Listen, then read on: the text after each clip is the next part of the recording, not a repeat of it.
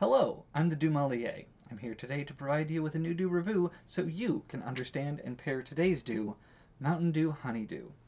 This is a regional exclusive flavor. It's only available in Canada at the moment. I actually received word about this from one of my Dewisseurs who let me know about its presence, and so since I've had more time on my own, I did take a trip up there and see if I could score some. I was able to, and am now able to provide you with another review. So let's get started looking at the aesthetics. Overall, this is very akin to the Code Red or Livewire in terms of aesthetics, very much based on a fruit and a concept. Here we see that the backdrop is very much in the design of the rind of the honeydew.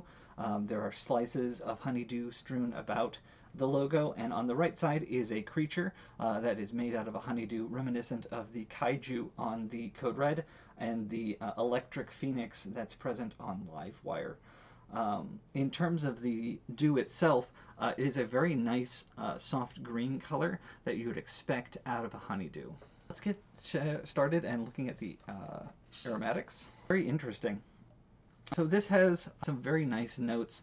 It seems to be a very good balance between a dewy and a fruity. Actually, much more on the fruit side of things.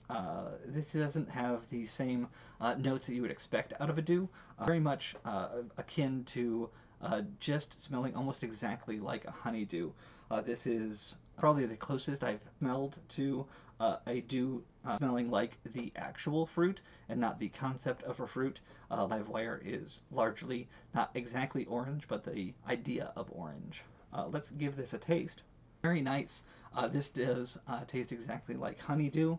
It has this nice balance between tangy and sour that add a lot to this drink that is you would expect out of a ripe honeydew, just cracking it open and getting slices of it. Let's get into the review itself. I would say on a scale from 1 to 5, the aesthetics of this, in terms of aesthetics, I would say on a scale from 1 to 5, with 1 being fruit and 5 being concept, this is definitely more of a fruit aesthetic. So this is definitely a 2. The label does have that creature concept, but it's much more focused on the fruit itself and not the idea of it. In terms of the aromatics, I would say on a scale from 1 to 5, with 1 being dewy and 5 being fruity, this is definitely more of a 5. This is a very strong fruit scent to it. It is exactly what you would expect out of a honeydew.